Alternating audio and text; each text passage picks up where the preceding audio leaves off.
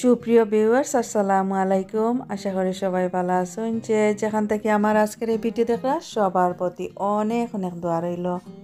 নতুন আরেকটা gardening blog নিয়ে আইছি, আশা করি সবার ভালো লাগবে। যারা গার্ডেনিং ব্লগ ভালো পাইন, আজকের গার্ডেনিং ব্লগে শেয়ার করি আর আমার বেগুনের গাছ। এই যে বেগুনের গাছ প্রনিং করার পরে দেখতে পারা অনেক সুন্দর হয়েছে মাশাআল্লাহ। তো আজকে আমি একটা লিকুইড সার এই বেগুন গাছের গোড়ার মাঝে ইউজ করবো। তো এই লিকুইড সারটা কিতা আমি ভিডিওর মাঝখানো দেখাইমো, আর এই লিকুইড সারটা কিভাবে আমি পাই আর কিভাবে ইউজ করা হয় এগুলো শেয়ার করবো। তো বেগুনের গাছ আমি লাগাইছি প্রায় 2 সপ্তাহ হয়ে গেছে। 2 সপ্তাহ হওয়ার পরে আমি এখন দেখাই আর কীরকম হয়েছে। তো মে মাসের আসলে শেষের দিকে এই গাছগুলো লাগাইছি, আর এখন জুন মাসের মাঝামাঝি সময়। ভিডিও আপলোড করতে হয়তো অনেকটা লেট হইতে পারে, তো কোনো অসুবিধা নাই। যারা গার্ডেনিং করেন, যারা জানেন না তারা লাগি উপকারে আইব, আর যারা জানেন তারা তো অলরেডি এমনিতেই জানেন। আজকের ভিডিওটা অনেক উপকারী ভিডিও। অনেকে অনেকবার আমার কাছে জানতে চাইছেন যে আমি যে সার ইউজ করি, কতবার ইউজ করি, কিভাবে ইউজ করি, সপ্তাহে কয়দিন দেয়া যায় এই সার গাছের গোড়ার মাঝে, আর এই সার দিলে কোনো ক্ষতি হয় কি না।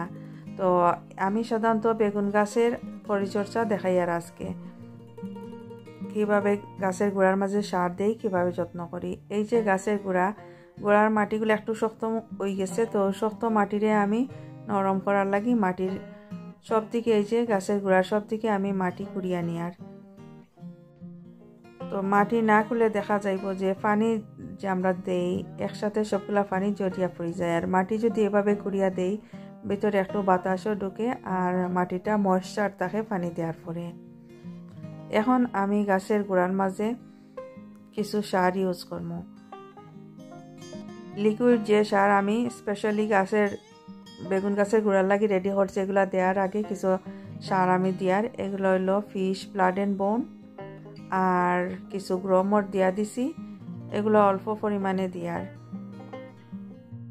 যেহেতু গাছ লাগানোর পরে আর কোনো কিছুই দিছি না, প্রায় সময় আমি পানি দিয়া দেই। পানি দিলে দেখা যায় টবের মাটিগুলা দুইয়া দুইয়া আস্তে আস্তে যে সার দেই এগুলো দুইয়া দুইয়া যায় কি, আবার মাটিও কমে যায়।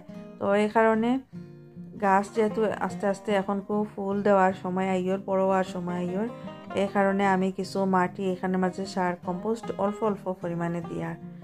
তো ফিশ ব্লাড অ্যান্ড বোন গ্রোমর দিয়া দিলাম। এখন আমি কিছু মাল্টিপারপাস কম্পোস্ট অ্যাড করি, আর এত বেশি দিতাম না, জাস্ট অল্প পরিমাণে দিয়ার গাছের গোড়ার মাঝে। তো আর দিয়া দিব আমি কিছু ফার্ম ইয়ার্ড ম্যানুয়ার অল্প পরিমাণ দিয়ার। এগুলা দিলে গাছের গোড়ার মাঝে যে শিকড় বাইর হয়ে যার দেখা যার এগুলো খাবার হয়ে যাব, আর গাছ আর একটু বড় হইতে সাহায্য করব। তো দেওয়ার পরে বালাহরি আমি সব দিকে মিক্স করিয়া সুন্দরভাবে দিয়ার। আর এই গাছগুলো সাধারণত রোদ যেখানে থাকে, পর্যাপ্ত পরিমাণ রোদ যেখানে থাকে এখানের মাঝে রাখা খুবই ইম্পর্টেন্ট।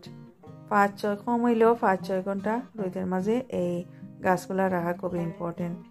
এই যে আমি সার আনছি লিকুইড সার, আর এই সারটা হইলো ফিশ ব্লাড অ্যান্ড বোন। তো এই ফিশ ব্লাড অ্যান্ড বোন কীভাবে আমি পাইছি এগুলো শেয়ার করব।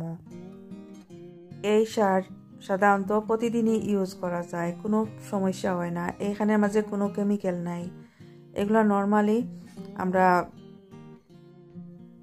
মাছ কাটার পরে যে মাছ দইয়া পানি এগুলো ফালাই দিই, না ফালাইয়া গাছের গোড়ার মাঝে দিলে খুবই উপকারে আয় গাছের।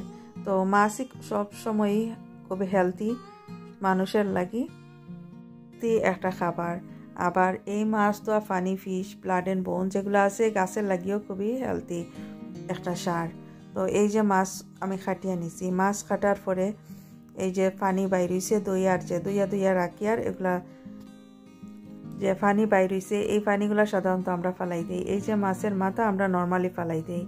তো যারা খাইন তারা তো খাইন, আর যারা খাইন না ফালাই দিন, না ফালাইয়া গাছের গোড়ার মাঝে দিলে খুবই উপকারে আয়।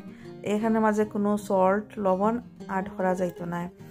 এখানে মাঝে সল্ট অথবা লবণ অ্যাড হলে গাছের গোড়া নষ্ট হয়ে যাব। তো তো জাস্ট মাছ ধুইয়া একবার দুইবার ধুইয়া আমি যে পানি বাইর হয় এই পানিগুলা ইউজ করি। তো এখানে একটা মগের মাঝে আনিয়ে রাখছিলাম, তো দেখা যায় ফ্লাই যাইয়া বই গেছে। তো সকালের সময় রাখছিলাম আমি এই পানিগুলা মগের মাঝে, তো বিকালের সময় আমি এগুলা ইউজ করি। আর এই যে পানি দিয়ে আর যতটুকু ইচ্ছা অতটুক দিতে পারবা, কোনো অসুবিধা হইতো না।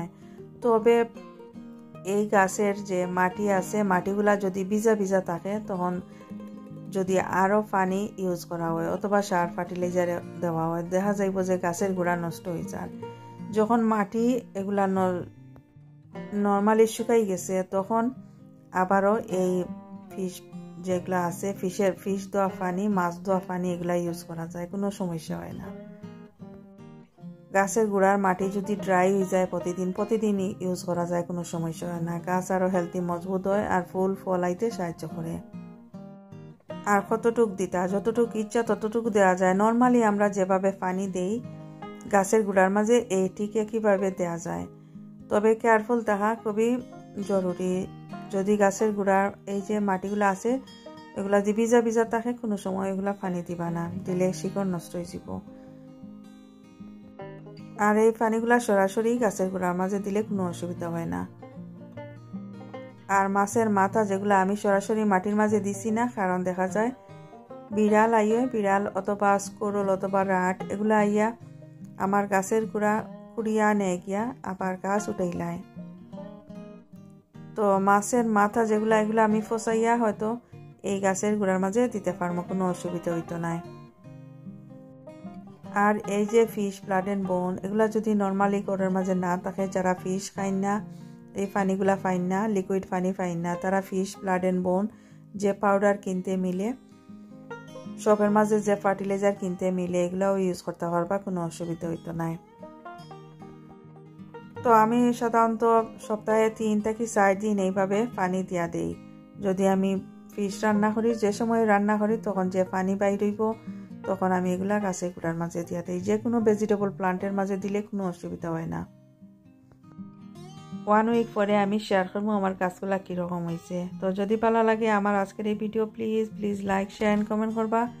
যারা অলরেডি সাবস্ক্রাইব করছেন থ্যাংক ইউ সো মাচ। নতুন যারা আছেন সাবস্ক্রাইব করে আমার চ্যানেলের পাশে থাকবা। ভালো থাকুক সবাই, এখানেই বিদায় নিচ্ছি। আল্লাহ হাফেজ।